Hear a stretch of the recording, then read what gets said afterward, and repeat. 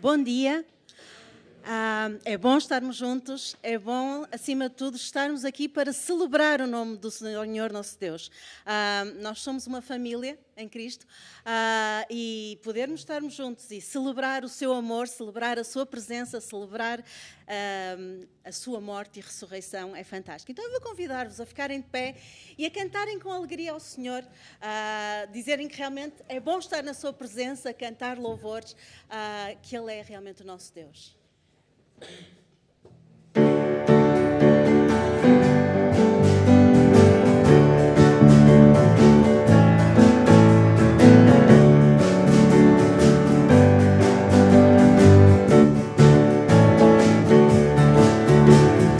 bom estar em tua presença, com teu povo a cantar louvores.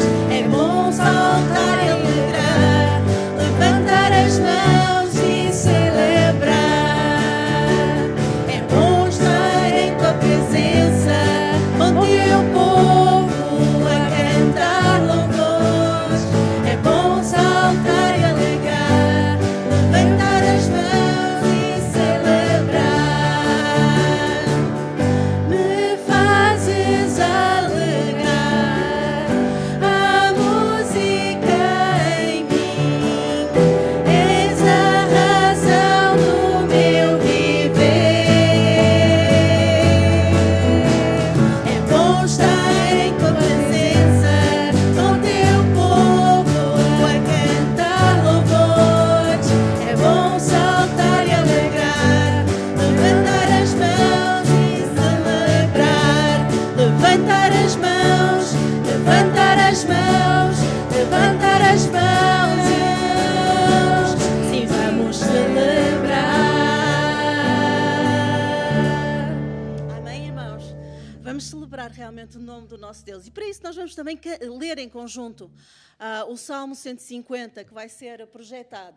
E eu pedia que realmente pudéssemos unir as nossas vozes e louvar ao Senhor em conjunto com um trecho da sua palavra. Louvai ao Senhor, louvai a Deus no seu santuário, louvai-o no firmamento do seu poder, louvai-o pelos seus atos poderosos, louvai-o conforme a excelência da sua grandeza, louvai-o ao som de trombeta, louvai-o com saltério e com harpa, louvai-o com adufo e com danças, louvai-o com instrumentos de corda e com flauta, louvai-o com símbolos sonoros, louvai-o com símbolos altissonantes. Tudo quanto tem fogo, louva ao Senhor, louvai ao Senhor. Louvemos ao Senhor.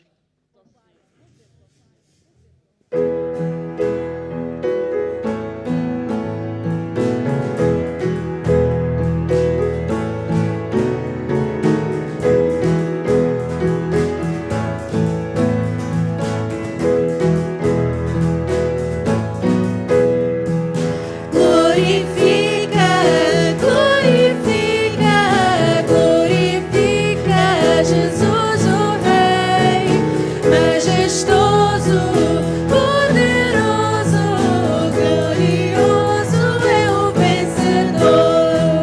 Glorifica, glorifica, glorifica Jesus o Rei, majestoso, poderoso, glorioso é o vencedor. Ele nos comprou e nos justificou, nos deu vida nova para o adorar. E com seu amor nos conquistou, mais que vencedores nos tornou. Nos fez eleitos, santos e herdeiros seus. Nos fez povo adquirido, justos e filhos de Deus. Oh, glorifica, glorifica, glorifica Jesus o Rei, majestoso, poderoso, glorioso é o vencedor.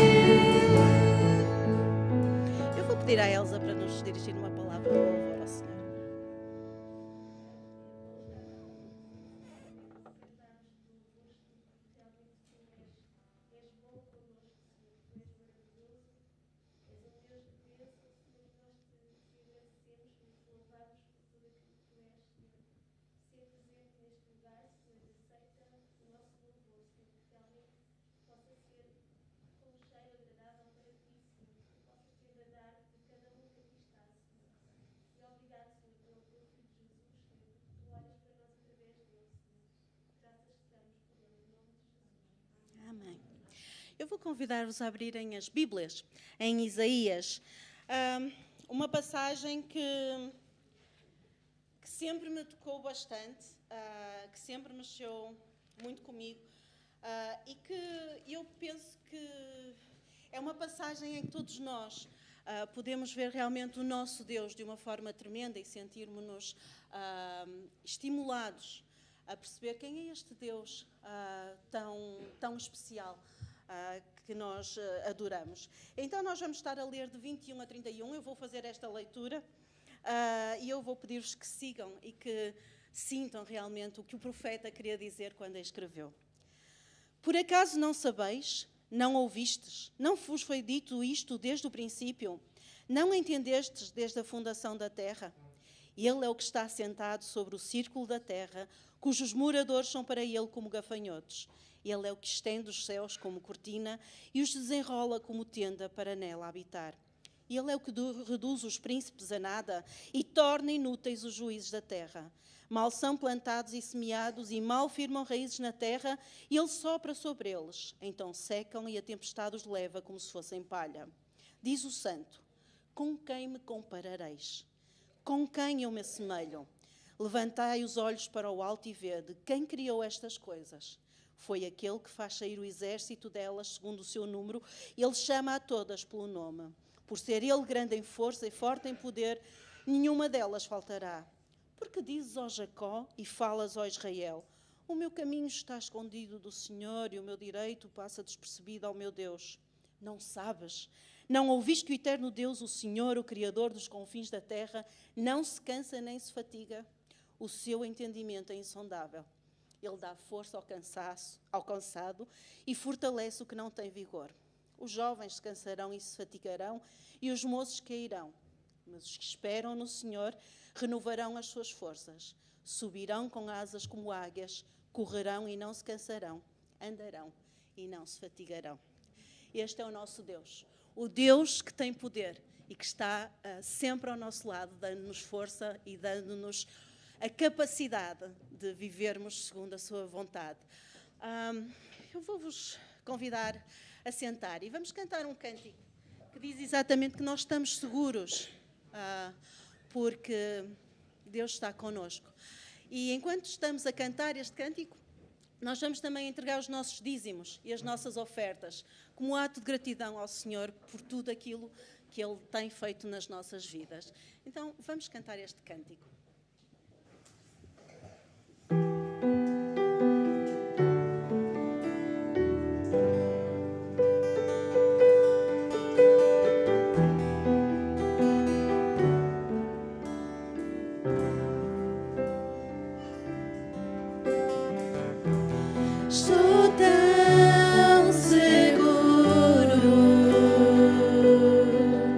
Comigo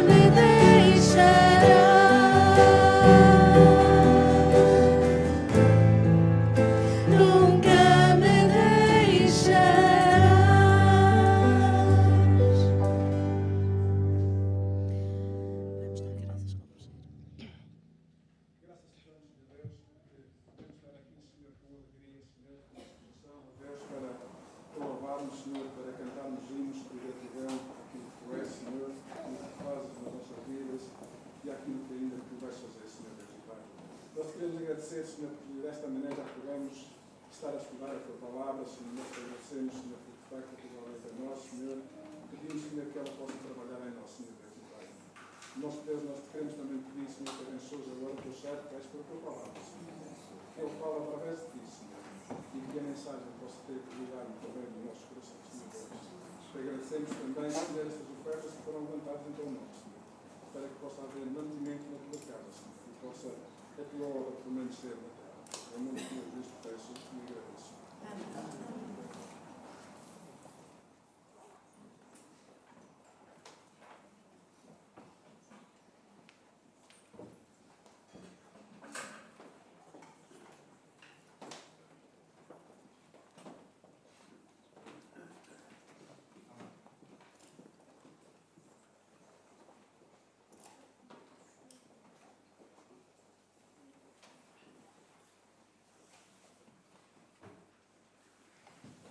Uma vez mais, bom dia. Eu vou pedir que nós possamos abrir as nossas Bíblias no Evangelho de Lucas.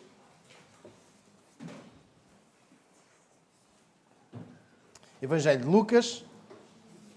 Vamos ler a partir no capítulo 7. Evangelho de Lucas, capítulo 7.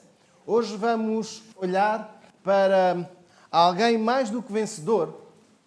E para sermos mais do que vencedores, sem ver. Vencer pela fé, sem ver. Então vamos ler o texto de Lucas, capítulo 7, do versículo 1 ao versículo 10. Tendo terminado de dizer tudo isto ao povo, Jesus entrou em Cafarnaum. Ali estava o servo de um centurião, doente e quase à morte, a quem o seu senhor estimava muito. Ele ouviu falar de Jesus e enviou-lhe alguns líderes religiosos dos judeus, pedindo-lhe que fosse curar o seu servo. Chegando-se a Jesus, suplicaram com insistência: este homem merece que lhe faças isso, porque ama a nossa nação e construiu a nossa sinagoga. Jesus foi com eles.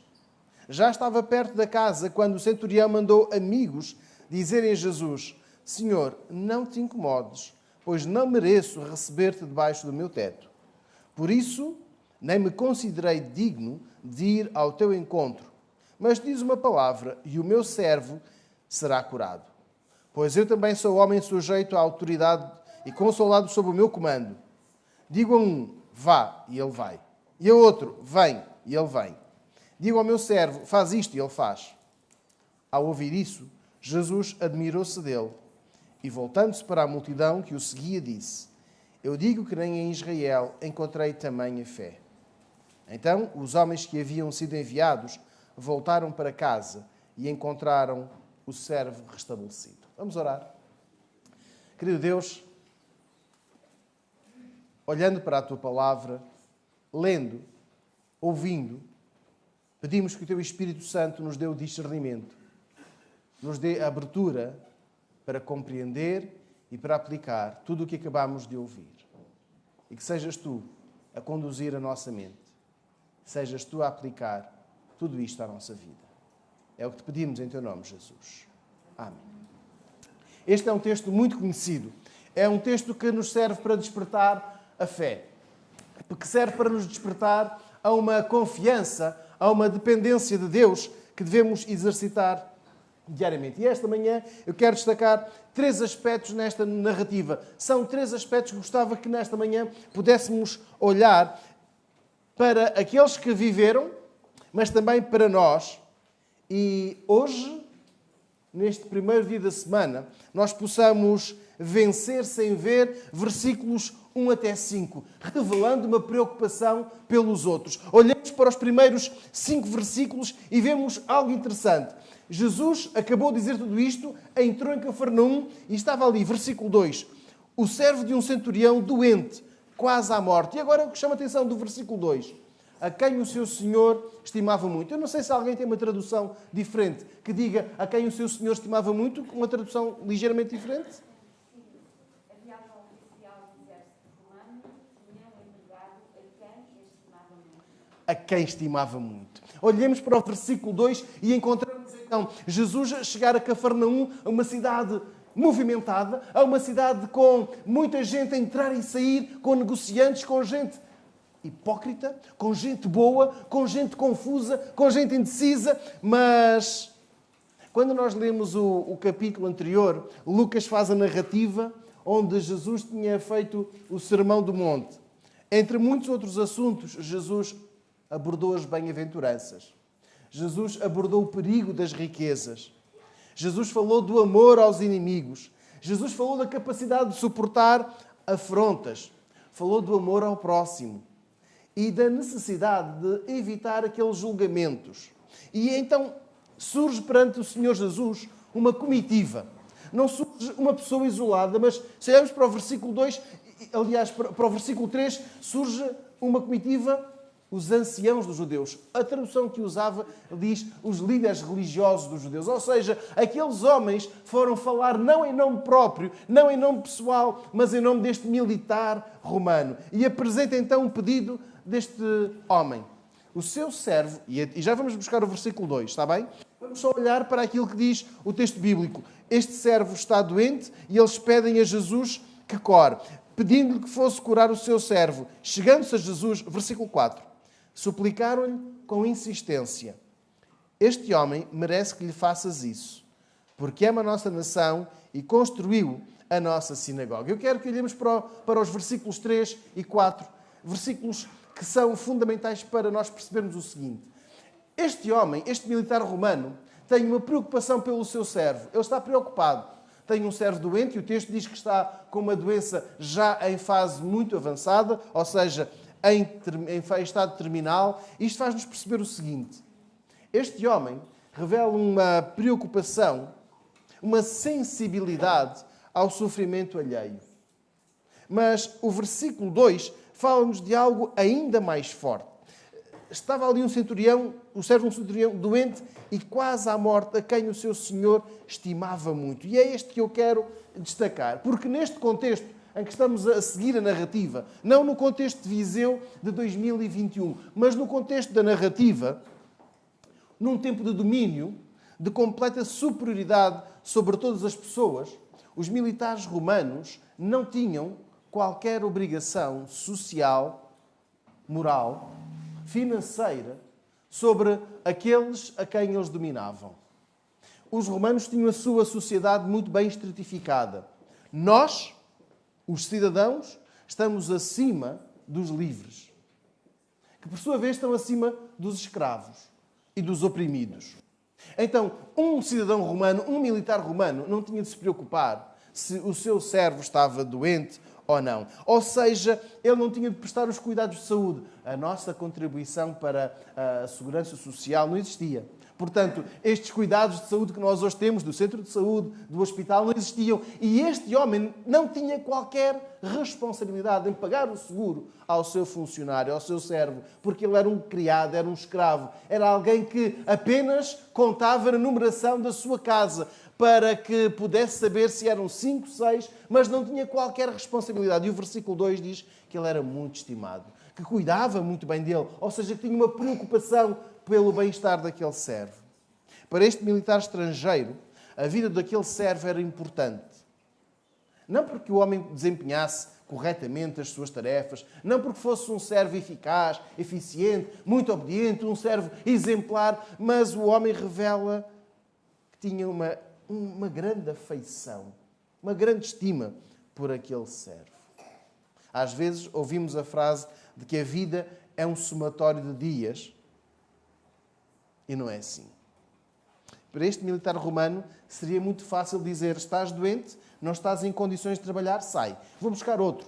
Era muito fácil, porque ele era a autoridade militar. Ele era a autoridade, ele era o representante do imperador, ele era a representante da força do imperador e podia substituir este por aquele, um por outro. E ele, versículo 2, revela aqui um cuidado. Ele prefere, então, o versículo 3. Vamos ler então o versículo 3. Enviar alguns líderes religiosos dos judeus pedindo que fosse curar o seu servo. O pedido é este: cura o meu servo. Ele tem uma preocupação pelo bem-estar de quem o está a servir, de quem o acompanha, mesmo não tendo este dever, esta obrigação. olhemos somente para os versículos 1 e 2 e percebemos logo aqui uma aplicação para nós. Sensibilidade, preocupação. Sensibilidade e preocupação pelo bem-estar dos outros. Esta era logo a primeira lição que ficava para nós hoje, durante toda a semana, todos os dias desta semana, estarmos a aplicar estes primeiros 2 versículos. Eu tenho de me preocupar com os outros. Eu tenho de me preocupar com o bem-estar dos outros, mesmo daquelas pessoas que, honestamente, consideramos descartáveis. Pessoas facilmente substituídas nas suas tarefas, sem necessidade de gastos, mas não é isto que o militar romano revela. Ele torna-se mais do que vencedor quando envia estes emissários para falar com Jesus, quando ele procura a ajuda em Jesus. E esta é a preocupação que nós devemos revelar. Pelos outros, quando os outros estão a sofrer, procurar Jesus. E agora vamos ler os versículos 4 e 5. Peçam de nós que possam ler, por favor.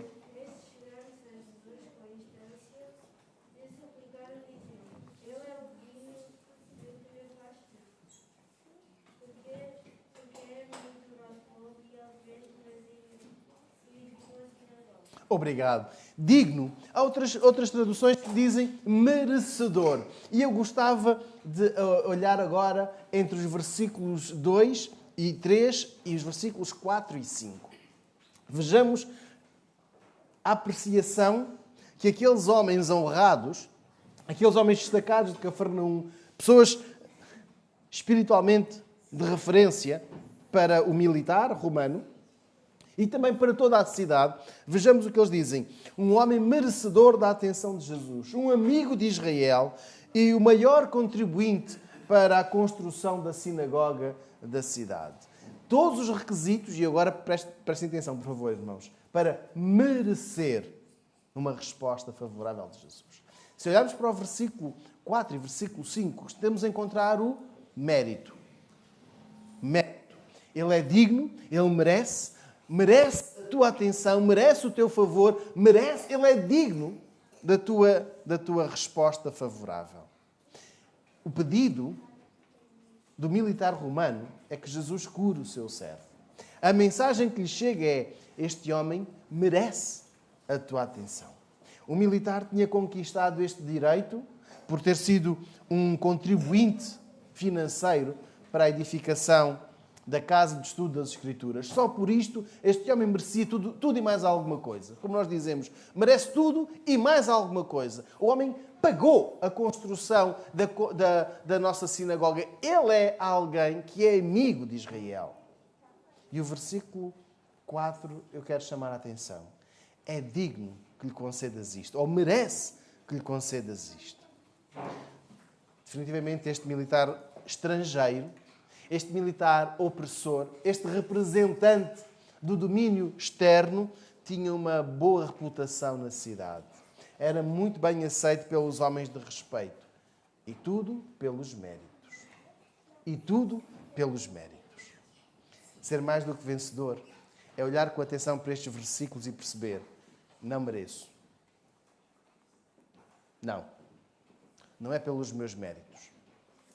Irmãos, se fizermos agora uma pausa e todos nós formos destacando as nossas virtudes, o passado, para quem tem um passado longo, quem já viveu muitos anos e possa partilhar as coisas boas que fez, para quem ainda não tem assim uma grande experiência de vida, possa partilhar connosco pequenas vitórias, pequenas atitudes bonitas, nós vamos realçar: eu fiz, eu consegui, eu trabalhei, eu contribuí, eu mereço.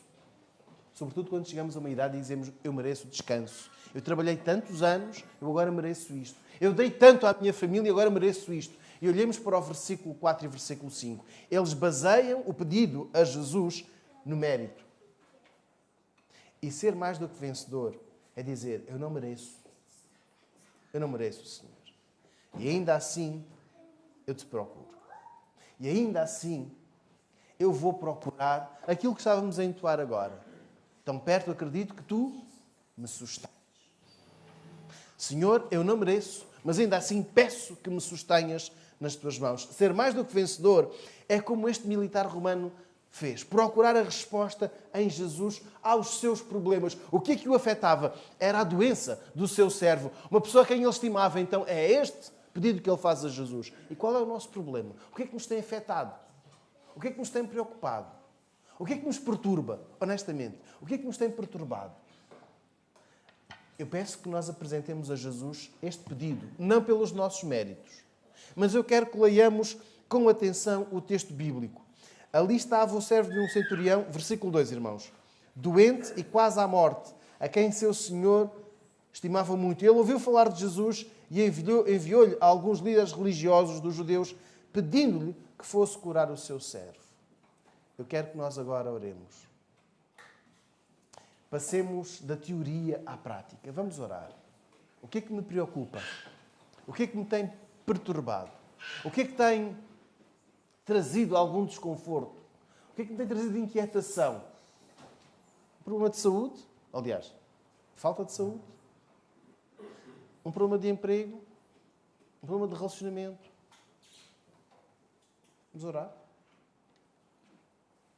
Senhor Jesus, Tu és a autoridade na nossa vida.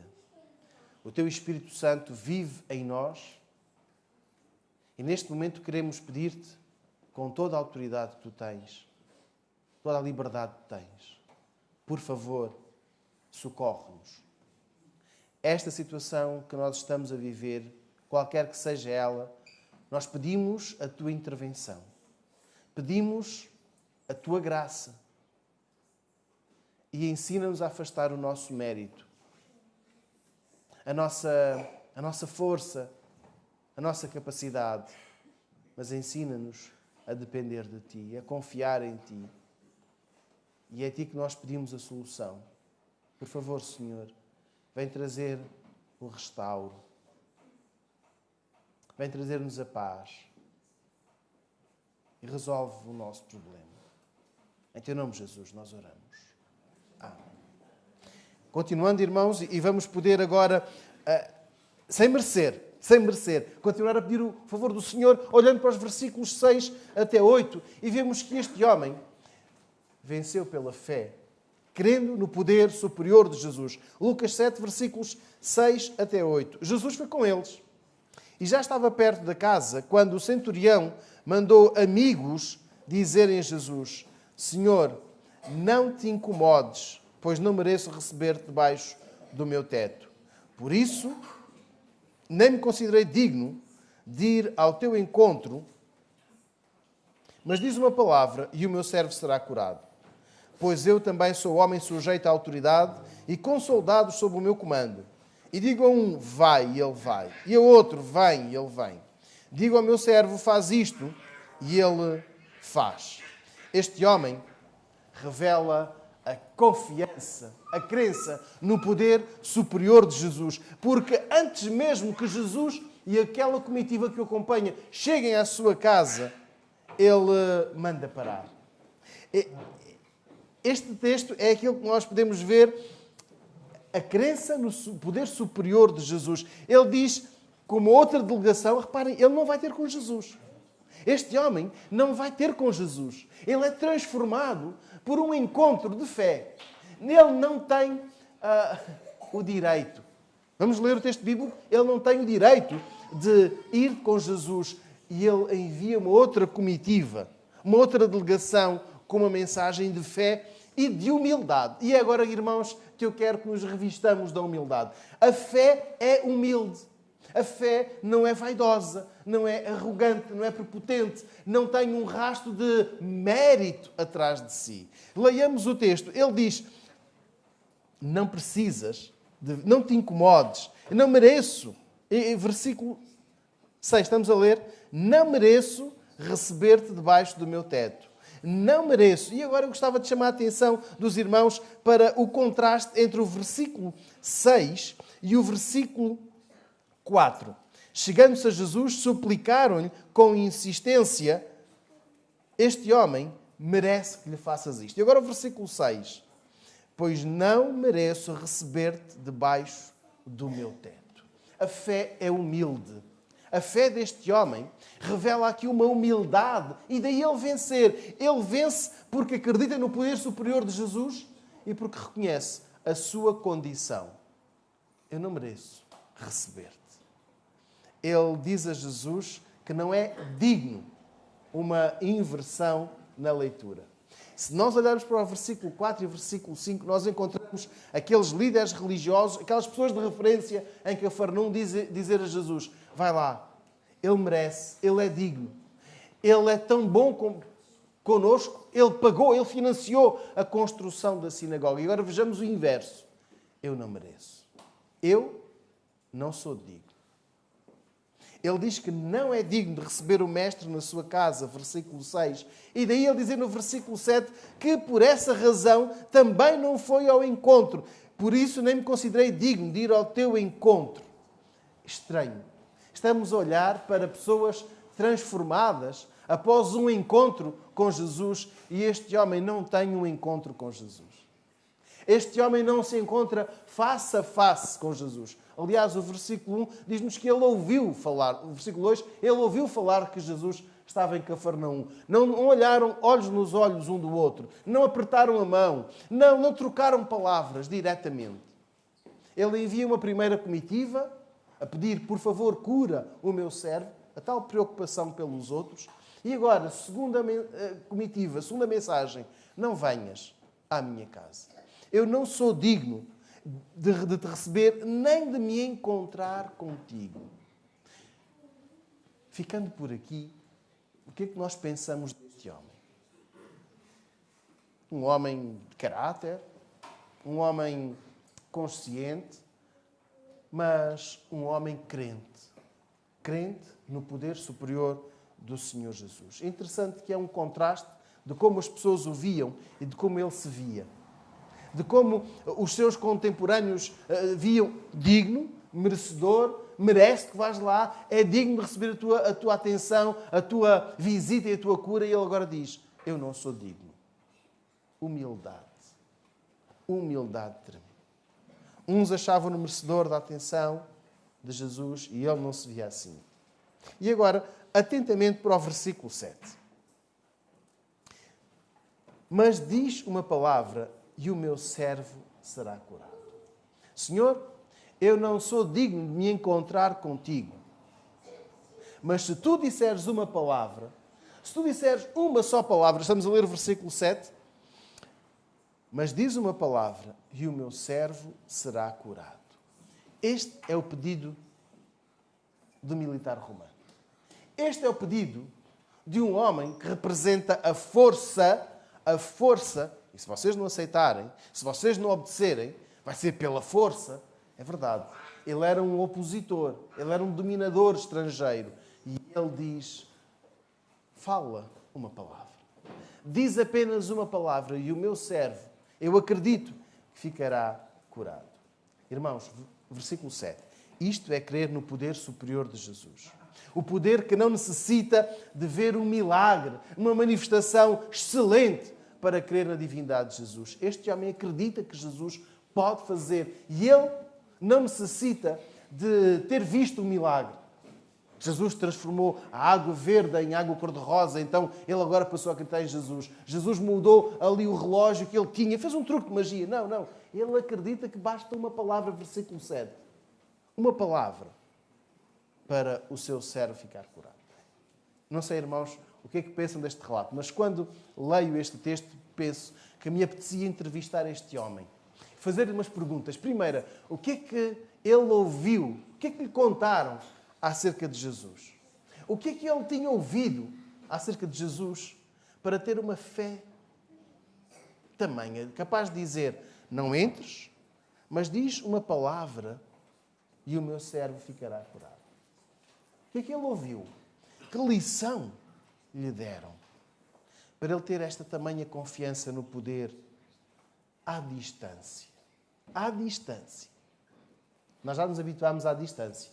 O ano de 2020 trouxe-nos as aulas à distância, trouxe-nos a comunicação à distância, até os cultos à distância, e nós ficámos à distância.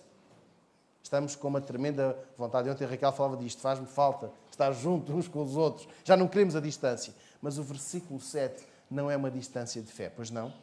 Versículo 7 é uma proximidade. Ele acredita. Não sabemos em que legião este homem serviu. Não sabemos onde ele tinha estado antes. Não sabemos para onde ele foi depois desta conversa. Mas o que nos é revelado diante do versículo 7 é que ele acreditou no poder superior de Jesus e não necessitou de tocar Jesus. Não necessitou de ver Jesus. Não necessitou de ver ali Jesus fazer um truque, assim uma movimentação de mãos, de pés, ou algo que pudesse fazer a levantar. Não. Ele acreditou que bastava uma palavra para que o seu servo ficasse curado. Ele tinha uma necessidade e uma fé que era superior à sua necessidade. E agora vejamos o exemplo que ele dá no versículo 8. Eu também sou homem sujeito à autoridade. Ou seja, apesar de ser um centurião, ter 100 homens sobre a sua voz de comando, ele tinha de responder a superiores. Mas continuemos o versículo 8. E tenho soldados sob o meu comando. E digo a um, vai, e ele vai.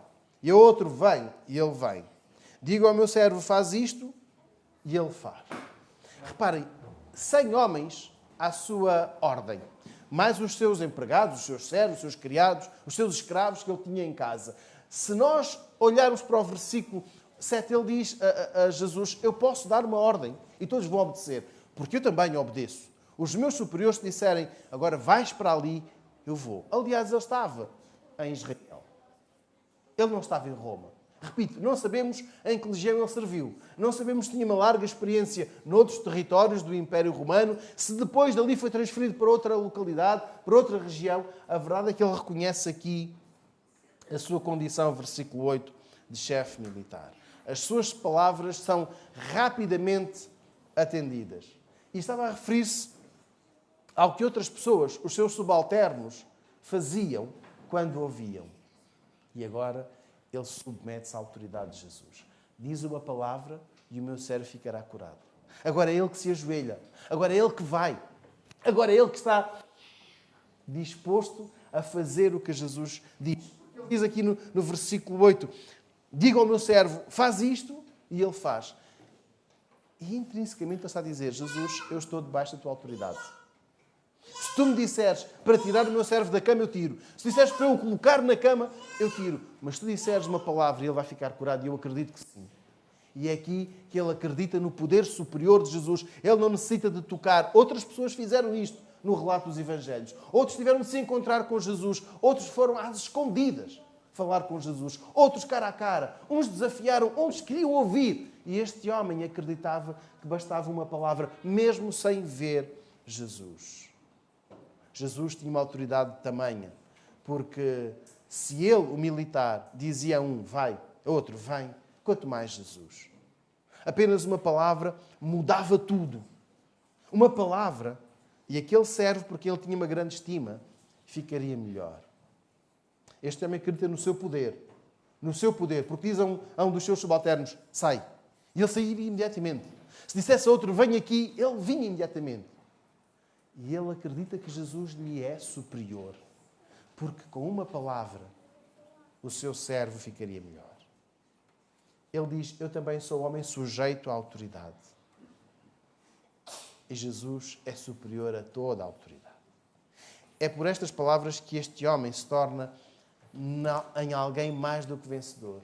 Não num vencedor, mas é mais do que vencedor, porque ele acredita no poder de Jesus. Ele acredita que o poder de Jesus está acima de todas as autoridades militares. E a autoridade militar romana era forte. Construíram um império vastíssimo. Dominaram povos fortes, dominaram povos mais fracos, uns mais perto, outros mais longe, mas eles dominaram. E ele acredita que Jesus está acima de todas as manifestações de poder que existiam, até mesmo daquelas áreas que ele não domina, como, por exemplo, a medicina.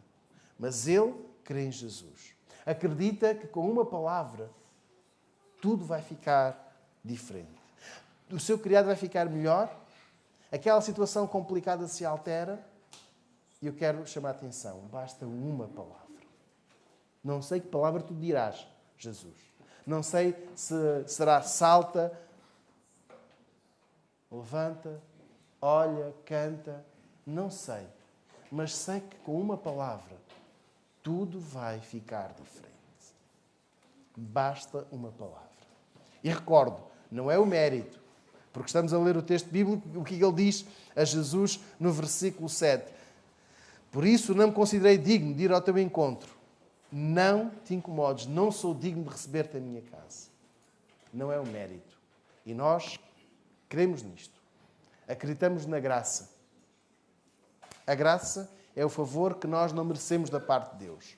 Nós não acreditamos no mérito, nem para a salvação, nem para a recompensa alguma. Nós somos recompensados, somos abençoados, somos perdoados. Nós somos diariamente enriquecidos por Deus, não pelo mérito. E este homem, com o seu relato, faz-nos recordar isto. Nada do que recebemos é merecido.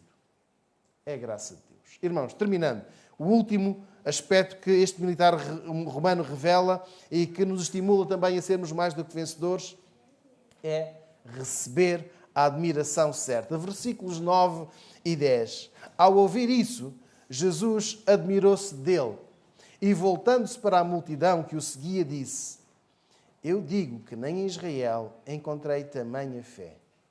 Então os homens que haviam sido enviados voltaram para casa e encontraram o servo restabelecido. Versículo 9. Este homem recebe a admiração certa. Ele recebe a admiração de Jesus. Jesus ouve a primeira comitiva que lhe é enviada a dizer: ele merece, ele é digno. E Jesus vai com eles. Recebe, entretanto, outra comitiva que diz: eu não sou digno, eu não mereço. Versículo 9. Alguém tem uma tradução diferente em vez de admirado? Alguém pode ler que não tem a tradução de admirado? Maravilhado.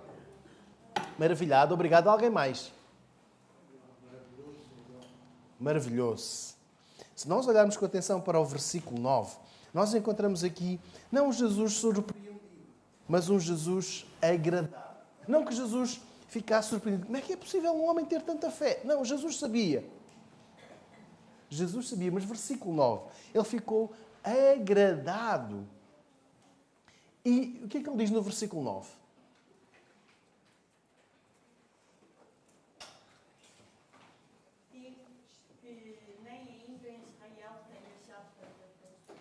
Obrigado.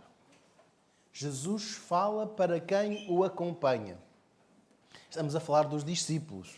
Estamos a falar da primeira comitiva, talvez de alguns curiosos, não sabemos, e da segunda comitiva. E Jesus, admirado, maravilhado, com aquela mensagem, com aquela humildade, com aquela crença no poder superior, Jesus partilha com todos que nunca tinha encontrado alguém com uma fé como esta. Nem mesmo em Israel encontrei tamanha fé. E esta é a recompensa. Esta é a melhor admiração que aquele homem pode desejar. Não estou a falar do versículo 4. Ele merece, ele é digno. Vai porque ele é nosso amigo. Ele contribuiu, ele pagou a construção da sinagoga. Ele merece a tua atenção.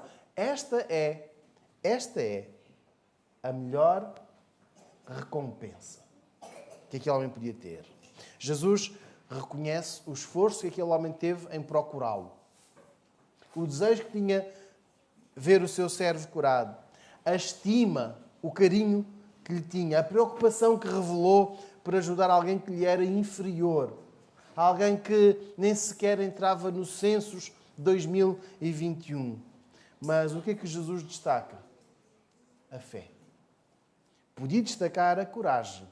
Podia destacar a sensibilidade, a preocupação, o carinho, o contributo financeiro, a sua preocupação em ver Israel instruído nas Escrituras. Mas Jesus destaca-lhe a fé. Destaca a fé. E diz que nem em Israel. E agora Jesus faz aqui uma chamada de atenção. Por que será que Jesus diz nem mesmo em Israel encontrei tamanha fé? Seria Israel, o povo de Deus, a exportar esta fé, esta confiança, esta crença no poder superior de Deus. Mas não foi assim, foi o inverso. Este homem tem um exemplo de fé, uma lição de crença no poder de Jesus, que nem mesmo entre aqueles que estão ali ao lado de Jesus, os israelitas, nem mesmo eles tinham revelado. E agora gostava que pudéssemos dar um salto até ao versículo 10. O que aconteceu ao servo daquele homem que estava doente? Ficou curado. O versículo 10 diz que quando os emissários chegaram junto daquele militar romano, o servo estava com saúde. E honestamente, olhando para o versículo 2, olhando para as palavras dos judeus religiosos, esta seria a recompensa. Ele é digno, ele merece, e agora, versículo 10, a cura. Mas esta não é a melhor recompensa. Esta não é a melhor recompensa.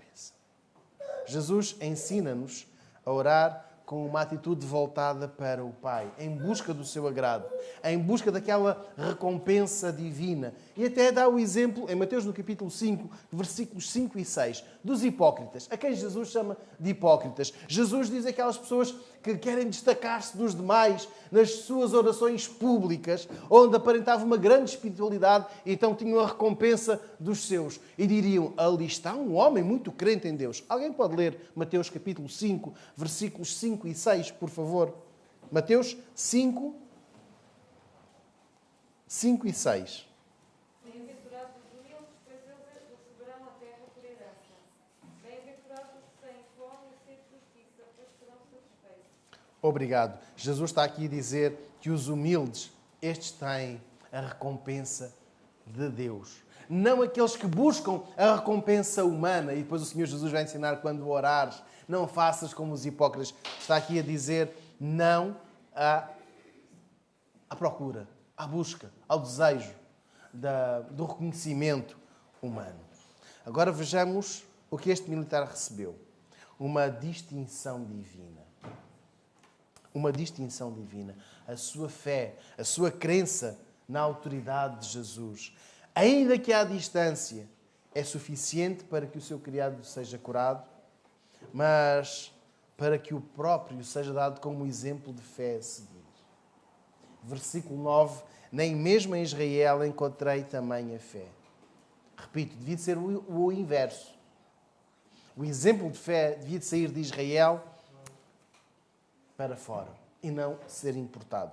João, capítulo 1, versículo 10, diz que Jesus veio para o seu, isto é, para o seu povo, para aquelas pessoas que tinham conhecimento prévio da revelação de Deus, quer fosse pelos profetas, quer até pela própria história de Israel.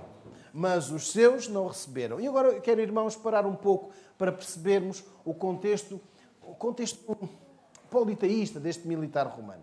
Este homem não acreditava num Deus, como os judeus, não acreditava num só Deus Criador que dominava tudo. Os romanos tinham feito uma réplica da divindade da mitologia grega, tinham deuses para tudo e mais alguma coisa. Hoje a classe da escola bíblica dominical dos jovens falava dos amuletos, das superstições. E existem várias. E os romanos tinham assim os seus deuses. Quando trovejava, era talvez a ira, a fúria de um deus.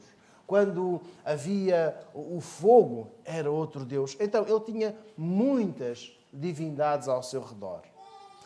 Mas, citava João 1,10, o versículo 11 diz, os seus não receberam.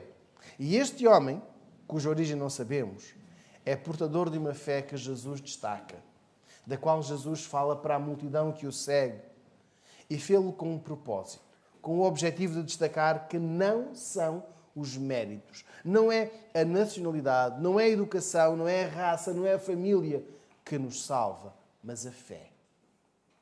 Ao contrário do que disseram aqueles homens respeitáveis de Cafarnaum, aquele militar não era digno de receber Jesus. Ele não merecia que Jesus fosse curar o seu servo. Quando nós, e agora quero fazer um apelo, irmãos, quarta-feira venham mesmo ao culto de oração. Venham orar.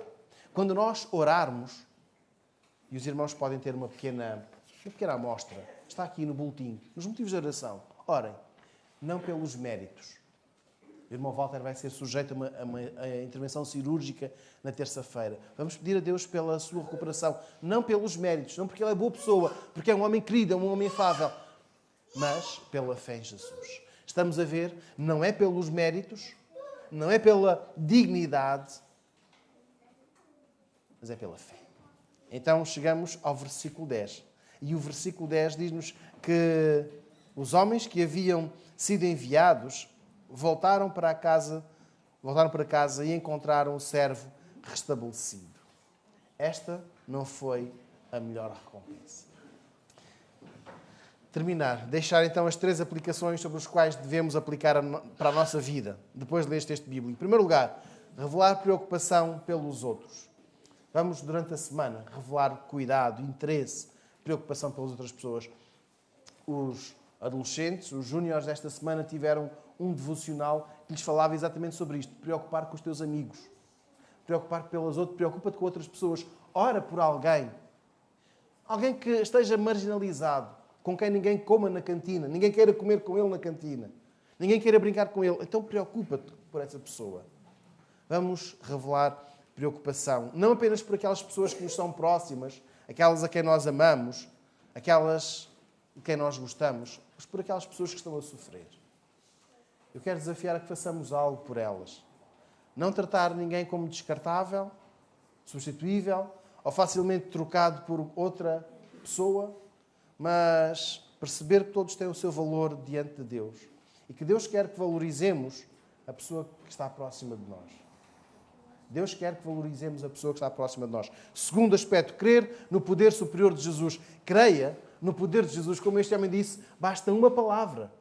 Se disseres uma palavra, o meu servo ficará curado. Não num grande poder que possa ser comparado a qualquer outra pessoa. Este homem acreditou, repito, basta uma palavra. Uma ordem de Jesus. E o seu criado ficava melhor. Então vamos nós acreditar que Jesus tem poder para inverter a crise que vivemos. A crise pessoal, a crise familiar, a crise mundial que estamos a viver. Confie no poder de Jesus para levantar a sua família, para levantar a sua vida, para levantar a sua preocupação. E depois receber a admiração certa. Buscar a admiração, o reconhecimento divino, não o reconhecimento dos nossos pares. Aqui está uma mulher de fé, uma mulher que leva outros a Cristo. Aqui está um verdadeiro homem de Deus. Esta não é a admiração que queremos. O que vem de Deus é perene. Ao passo que o reconhecimento humano, a distinção humana é frágil. E basta uma falha que todos se irão esquecer das coisas boas e vão concentrar-se naquela falha. Então vamos buscar o reconhecimento, a admiração que vem de Deus. Vamos orar. Querido Deus e Pai, olhando para o texto, queremos também nós aplicá-lo às nossas vidas. Queremos também nós viver arraigados nesta fé, nesta confiança. Pedimos-te que coloques em nós a preocupação, o amor pelos outros, pelas necessidades que têm, pelos sofrimentos pelos quais passam. E pedimos-te que tragas a paz, tragas a cura, tragas a estabilidade a todas as famílias, às nossas vidas. Senhor, Tu és o Deus do possível e do impossível. E nós acreditamos no Teu poder superior, superior a tudo, a todos nós. Por isso te pedimos que com uma palavra mudes a nossa vida. Mudes a nossa condição, alteres a nossa condição. E queremos pedir-te que as nossas vidas procurem agradar-te. Deixar-te agradado a Ti. Em nome do nosso Salvador, o Senhor Jesus, nós oramos. Amém. Vamos ficar em oração silenciosa, individual. Enquanto escutarmos o poslúdio, vamos falar com o nosso Deus. Pedir-lhe que uma palavra mude por completo aquilo que estamos a viver.